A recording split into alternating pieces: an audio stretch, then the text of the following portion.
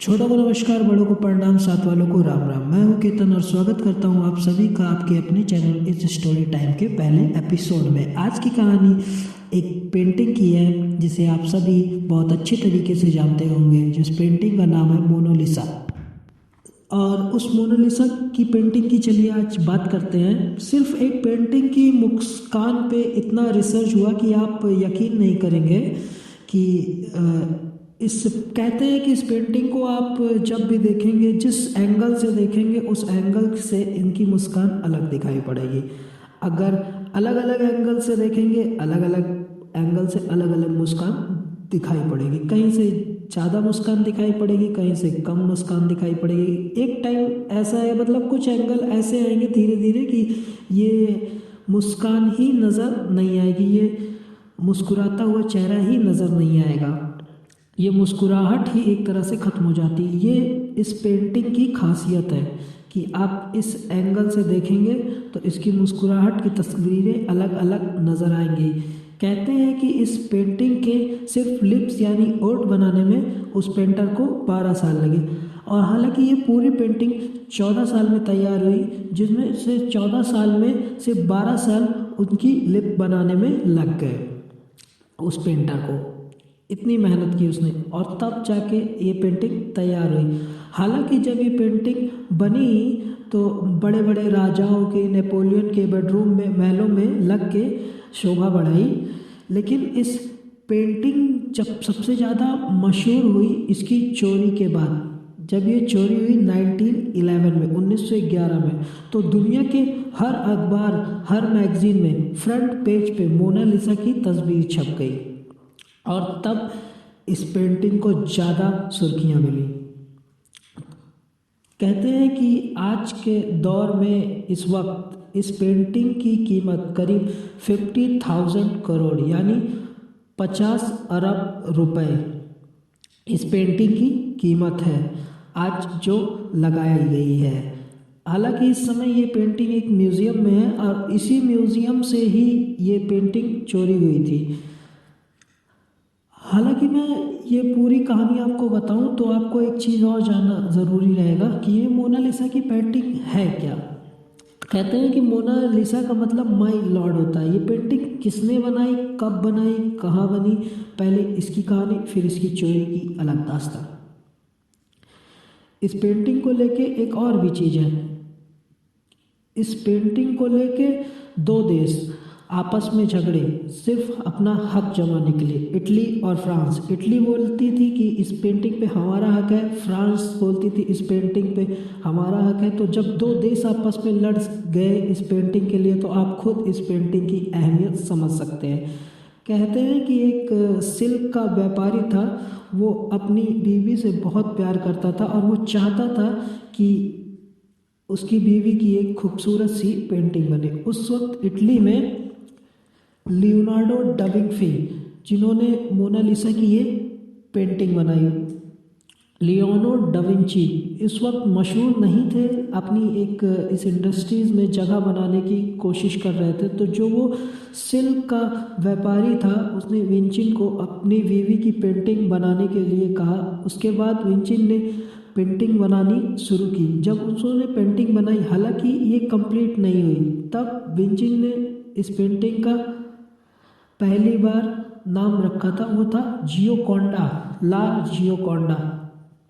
धीरे धीरे फिर पेंटिंग का नाम बदलता गया, फिर आप सभी जानते हैं इस पेंटिंग का नाम मोनालिसा पड़ गया। कहते हैं ये पेंटिंग 1503 में बनाया गया, लेकिन पेंटिंग तैयार हुई 1517 में, मतलब 14 साल का अरसा लगा। और फिर ये कहते हैं कि सिल्क का जो बिजनेसमैन था, उसके पास इतने पैसे नहीं थे कि उस पेंटिंग की कीमत दे सके, और इसीलिए बाद में वेंची इस पेंटिंग को लेके अपने साथ फ्रांस चले आए। फ्रांस में धीरे धीरे वो थोड़ा मशहूर हुआ, फिर बहुत सारे शिष्य आए उसके, और फिर बेंचिंग के बाद ये पेंटिंग अपने शागिर्दों में रख लिया। और इसके बाद फिर ये पेंटिंग धीरे धीरे फ्रांस के जो राजा फ्रांसिस थे प्रथम, सबसे पहले इस पेंटिंग को खरीदा। इसके बाद राजा लुई ने इसे अपने महल में लगवाया। फिर इसके बाद नेपोलियन ने इसको अपने बेडरूम में लगवाया। फिर ये होते होते होते होते बाद में लुव्र म्यूज़ियम में रख दिया गया, जो फ्रांस में है। ये पेंटिंग की कहानी ये है कि जिस तरीके से बनते बनते म्यूज़ियम तक पहुंचा। अब इसी म्यूज़ियम से इस पेंटिंग की चोरी होने की कहानी शुरू होती है। असल में इस म्यूज़ियम में जब इस पेंटिंग को रखा गया तो म्यूज़ियम में इस पेंटिंग की उतनी अहमियत समझी नहीं गई। जिस दीवार पे ये पेंटिंग लगी थी उस दीवार पे सही से इसे चिपकाया तक नहीं गया, इवन इसे फ्रेम में भी नहीं रखा गया और आसानी से कोई भी इसे चुरा सकता था। इसी दौरान 1911 में 31 अगस्त 1911 को ये पेंटिंग इसी लुव्र म्यूज़ियम जो पेरिस में है, फ्रांस के कैपिटल में, वहाँ से गायब हो गई। और कमाल ये था कि गायब होने के अगले 24 घंटे तक किसी को कुछ पता नहीं चला। 24 घंटे बाद एक स्टूडेंट वहाँ पहुँचता है जो मोनालिसा की पेंटिंग को देख के स्केच बनाना चाहता है। और जब वो स्टूडेंट जहाँ पे मोनालिसा की पेंटिंग रखी गई थी वहाँ जब पहुँचता है तो देखता है कि दीवार खाली है। तब वो म्यूज़ियम के जो ऑफिसर्स थे उनको बताता है कि ये पेंटिंग कहाँ है, उनसे पूछता है। तो फिर उन्हें पता चलता है कि पेंटिंग चोरी हो गई। और फिर तब ये खबर जब फैलती है पेरिस में, ना सिर्फ पेरिस में पूरी दुनिया में, मोनालिसा की इस पेंटिंग की चोरी होने की हर अखबार के पहले पन्ने की सुर्खियां बन जाती हैं। और इसके बाद कई दिनों तक इसी को लेकर बात होती है और तलाश शुरू होती है। चोर नहीं मिलता है, लेकिन पूरे पेरिस में हर जगह ढूंढा जाता है लेकिन कहीं से मिलता नहीं है। इवन उस वक्त के बहुत मशहूर पेंटर जिनका नाम तो आप सभी सुने होंगे, पाब्लो पिकासो, उन तक ये इल्ज़ाम लगा कि मोनालिसा की ये पेंटिंग शायद पिकासो ने चुराई है। ना सिर्फ पिकासो को ना सिर्फ शख्स के घेरे में पूरी इन्वेस्टिगेशन की गई उनके साथ। बाद में ये पता चला कि पिकासो का उसमें कोई रोल नहीं था। और फिर ऐसे ही बहुत बड़े बड़े आर्ट वर्क के जो शौकीन लोग थे उन लोगों की भी तफ्तीश की गई। फ्रेंच पुलिस एक मोनालिसा की तस्वीर के लिए हर किसी से इन्वेस्टिगेशन कर रही थी, लेकिन फिर भी चोरों का पता नहीं चल रहा था कि किसने चुराया, क्यों चुराया।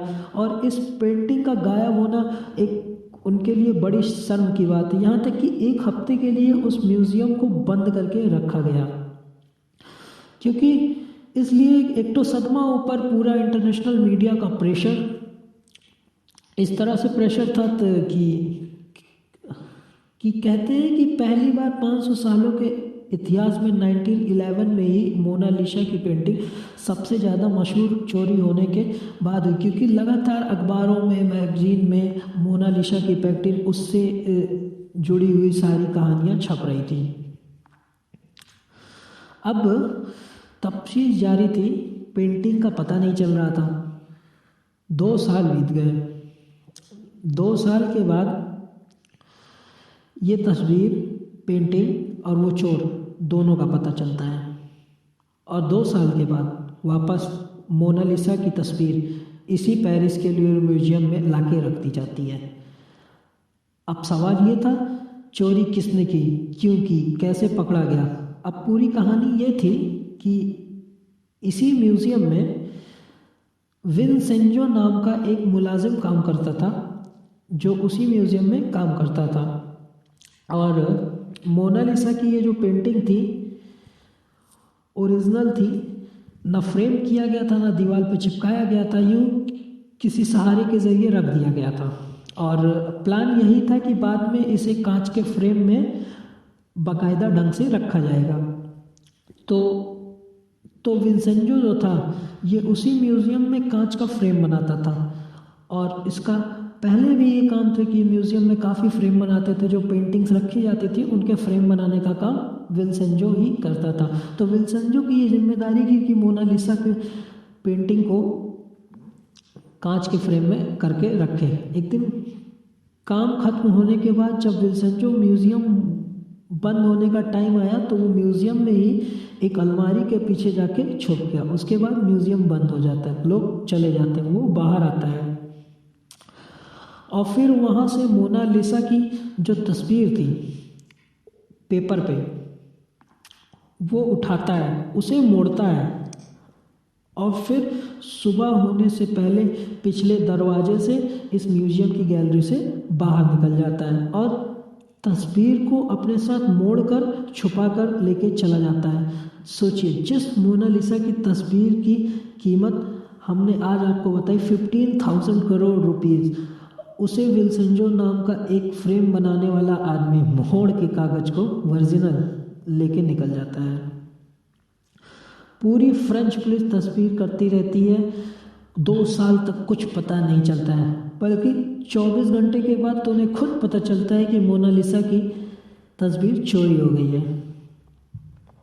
जब एक स्टूडेंट मोनालिसा की पेंटिंग देख के स्केच बनाने आता है तो 2 साल बाद किसी इन्वेस्टिगेशन एजेंसी की वजह से ये तस्वीर बरामद नहीं होती है। एक आर्ट गैलरी का ओनर था जिसकी वजह से ये तस्वीर बरामद हुई, क्योंकि एक वो फ्लोरेंस का जो आर्ट डीलर था उसके पास एक लेटर आता है कि मेरे पास एक मोनालिसा की ओरिजिनल पेंटिंग है और मैं आपको बेचना चाहता हूँ, आप इसकी कीमत बताओ।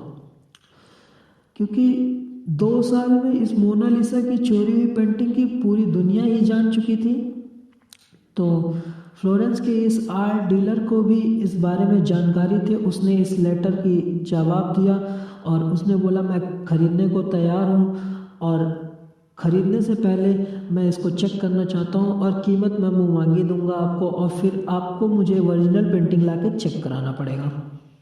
जो चोर था विल्संजो, वो लेटर का जवाब पाके खुश हो गया। फिर तय होता है, फिर वो उस आर्ट डीलर के पास आता है, वो पेंटिंग दिखाता है, पेंटिंग की जांच होती है, पेंटिंग तो ओरिजिनल रहती है, पता चला ये वही है जो लूव्र म्यूज़ियम पेरिस से चोरी हुई है। जो आर्ट डीलर था वो ईमानदार था और उसने इस पेंटिंग की कीमत और अहमियत का भी एहसास था। उसने फ़ौरन पुलिस अधिकारियों को फ़ोन किया। फिर फ़ोन करने के बाद पुलिस की टीम पहुंची, जॉनसन को रंगे हाथे पकड़ा गया और मोनालिसा की ये तस्वीर वापस ले जाके उसी पेरिस के लूव्र म्यूज़ियम में रखा गया। लेकिन इस बार इस तरीके और इस सिक्योरिटी में रखा गया कि 1913 की बात है कि उस म्यूज़ियम के लोगों को भी एहसास हो गया था कि इस मोनालिसा की पेंटिंग की अहमियत है क्या और इसकी कीमत है क्या। बाद में उस आदमी ने बताया उसने चोरी क्यों की, क्योंकि उसने कहा कि जब मैं म्यूज़ियम में गया और फ्रेम बनाने लगा तो पता नहीं क्यों जब मैंने मोनालिसा की तस्वीर देखता तो उस तस्वीर से और उस तस्वीर में बनी पेंटिंग थी उससे प्यार हो गया, क्योंकि खास करके उसकी मुस्कुराहट से हमें प्यार हो गया और मैं इस तस्वीर को किसी भी हालत में हासिल करना चाहता था। और दूसरा इसने कहा कि अगर दूसरा उसने ये कहा कि इस तस्वीर पे अगर किसी का हक है तो वो इटली का है, क्योंकि इसे जिस पेंटर ने बनाया वो इटली का था। बेशक उसके बाद में उसने फ्रांस आया, फिर फ्रांस में रखे, लेकिन ये इटली की धरोहर है, ये उसका कहना था। तो इस पेंटिंग को मैं इसलिए इटली में ही बेचना चाहता था कि इटली के ही किसी शख्स के पास हो और इटली में ही रखा जाए इसे, क्योंकि इस फ्रांस का नहीं, इस पेंटिंग पे इटली का हक है। इतना सब होने के बाद फिर वो बंदा पकड़ा गया। उस बंदे को पकड़ने के बाद फिर कोर्ट ने उसको 7 मंथ की सज़ा सुनाई और 7 मंथ बाद वो बंदा जो है रिहा हो गया। उम्मीद करता हूँ ये स्टोरी आपको अच्छी लगी होगी। अगर आपको अच्छी लगी हो तो शेयर करिएगा, सब्सक्राइब करिएगा चैनल को और फिर मिलेंगे कल एक और ऐसी इंटरेस्टिंग स्टोरी के साथ। थैंक यू दोस्तों।